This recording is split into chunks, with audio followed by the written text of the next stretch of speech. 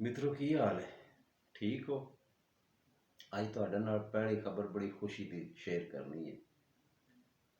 ਉਹ ਇਹ ਹੈ ਕਿ ਅੱਜ ਨਿਊਜ਼ੀਲੈਂਡ ਪਾਕਿਸਤਾਨ ਦਾ ਮੈਚ ਸੀ ਤੇ ਕਮਾਲ ਮੈਚ ਸੀ। ਨਿਊਜ਼ੀਲੈਂਡ ਨੇ ਵੀ ਸਕੋਰਾਂ ਦੀ ਇੱਕ ਧੜ ਬਣਾ ਦਿੱਤੀ। ਧੜ ਸਮਝਦੇ ਹੋ ਨਾ? ਧੜ ਪੰਜਾਬੀ ਵਿੱਚ ਉਸ ਨੂੰ ਆਖਦੇ ਨੇ ਕਿ ਜਿਹੜਾ ਗੰਦਮ ਹੈ ਨਾ, ਕਣਕ ਦਾ ਜਿਹੜਾ ਭੋਸਾ ਹੁੰਦਾ ਹੈ, ਭੋਸਾ, ਉਸ ਭੋਸੇ ਨੂੰ ਇਕੱਠਿਆਂ ਇੱਕ ਜਗ੍ਹਾ 'ਤੇ ਇਕੱਠਿਆਂ ਕਰਕੇ ਤੇ ਉਹਨੂੰ ਉੱਤੋਂ ਲਿੰਮ ਦਿੰਦੇ ਨੇ ਮਿੱਟੀ ਨਾਲ, ਤੇ ਉਹਨੂੰ ਧੜ ਕਹਿੰਦੇ ਨੇ ਪੰਜਾਬੀ ਦੇ ਵਿੱਚ। ਨਿਊਜ਼ੀਲੈਂਡ ਨੇ ਅੱਜ ਧੜ ਲਿੰਮ ਦਿੱਤੀ ਰਨਾਂ ਦੀ, ਇਹਦੇ 'ਚ ਕੋਈ ਸ਼ੱਕ ਨਹੀਂ। ਲੇਕਿਨ ਜਦੋਂ ਭਾਈਆ ਆਇਆ ਹੈ ਆਪਣਾ, ਪੂਰੀ ਕੌਮ ਦਾ ਫਖਰ ਹੈ ਜਿਹੜਾ ਫਖਰ ਜ਼ਮਾਨ, ਜਿਸ ਟਾਈਮ ਆਇਆ ਹੈ ਔਰ ਉਹਦੀ ਬੈਟਿੰਗ, ਆਏ ਹਾਏ ਹਾਏ ਹਾਏ, ਠੱਠ ਦੇ ਦਿੱਤਾ।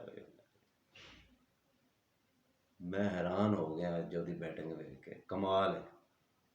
ਉਹਨੇ ਜਨਾਬ ਉਸ ਧੜ ਨੂੰ ਇੰਨਾ ਕੁ ਲਿਮਿਆ ਉੱਤੋਂ, ਇੰਨਾ ਕੁ ਲਿਮਿਆ ਉੱਤੋਂ ਕਿ ਨਿਊਜ਼ੀਲੈਂਡ ਵਾਲਿਆਂ ਨੂੰ ਉਹ ਫਿਰ ਪੱਟਣ ਦੀ ਹਿੰਮਤ ਹੀ ਨਹੀਂ ਪਈ। ਤੇ ਜਿਹੜੀ ਰਹਿੰਦੀ ਕਹਿੰਦੀ ਕਸਰ ਸੀ ਉਹ ਬਾਰਿਸ਼ ਨੇ ਕੱਢ ਦਿੱਤੀ ਔਰ 21 ਰਨਸ ਤੋਂ ਪਾਕਿਸਤਾਨ ਜਿੱਤ ਗਿਆ।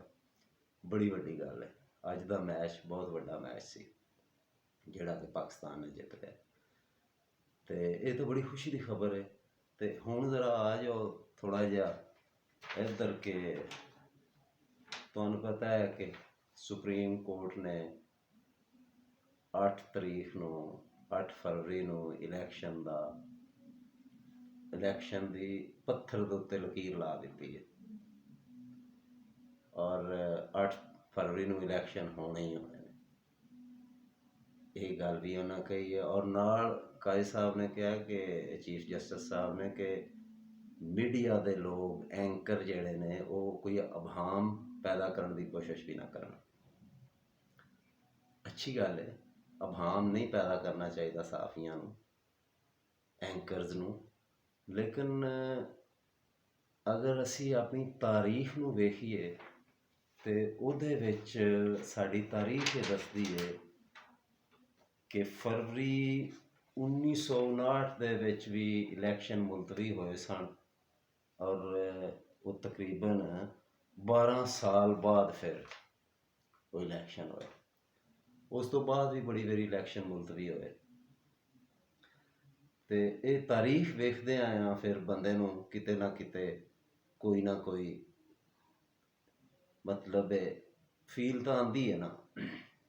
ਅੱਲਾ ਕਰੇ ਇਹ ਇਲੈਕਸ਼ਨ ਹੋਣ ਔਰ ਹੋਣੇ ਚਾਹੀਦੇ ਨੇ ਔਰ ਇਹ ਹੋਣਗੇ, ਕਿਉਂਕਿ ਪੱਥਰ ਤੇ ਲਕੀਰ ਵੱਜ ਚੁੱਕੀ ਹੈ। ਤੇ ਉਸ ਤੋਂ ਬਾਅਦ ਇੱਕ ਗੱਲ ਹੈ ਕਿ ਕਾਜ਼ੀ ਸਾਹਿਬ ਨੇ ਬੜੀ ਮਜ਼ੇ ਦੀ ਇੱਕ ਗੱਲ ਕੀਤੀ ਕਿ ਤੁਸੀਂ ਸਿਰਫ ਆਪਣੀ ਬੀਵੀ ਨਾਲ ਸ਼ੇਅਰ ਕਰ ਸਕਦੇ ਹੋ, ਹੋਰ ਕਿਸੇ ਨਾਲ ਨਹੀਂ ਕਰ ਸਕਦੇ।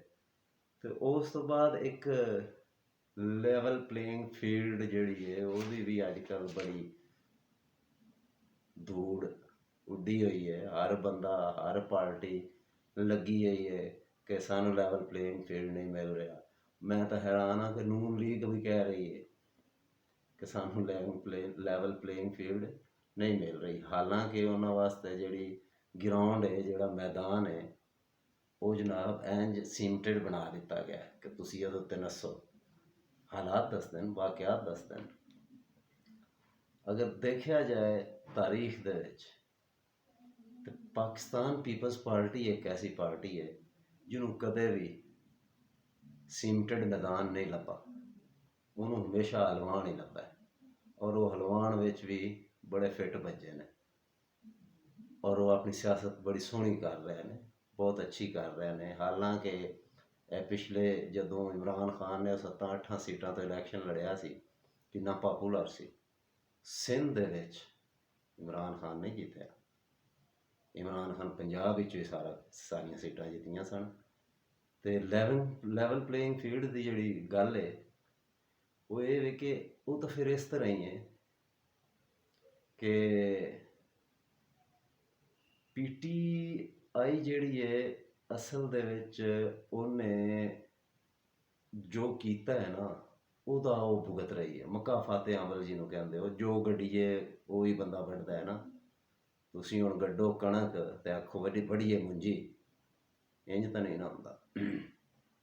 ਇਮਰਾਨ ਖਾਨ ਨੇ ਆਪਣੇ ਪੈਰਾਂ ਤੇ ਆਪ ਕੁਹਾੜੀ ਮਾਰੀ ਹੈ, ਔਰ ਉਹਦੀ ਵਜ੍ਹਾ ਸਿਰਫ ਔਰ ਸਿਰਫ ਇਹ ਹੈ ਕਿ ਉਸ ਜਮਹੂਰੀਅਤ, ਪਾਰਲੀਮਾਨ ਔਰ ਪਾਰਲੀਮੈਂਟੇਰੀਅਨਸ ਨੂੰ ਰਿਸਪੈਕਟ ਨਹੀਂ ਦਿੱਤੀ। ਉਹਦੀ ਵਜ੍ਹਾ ਤੋਂ ਅੱਜ ਉਹ ਜ਼ਲੀਲ ਹੋ ਰਿਹਾ ਹੈ। ਗੋ ਕਾਜ਼ੀ ਸਾਹਿਬ ਨੇ ਕਿਹਾ ਹੈ ਕਿ ਅੱਜ ਅਸੀਂ PTI ਨੂੰ ਔਰ ਪੀਪਲਸ ਪਾਰਟੀ ਨੂੰ ਇਕੱਠਿਆਂ ਕਰ ਦਿੱਤਾ ਹੈ।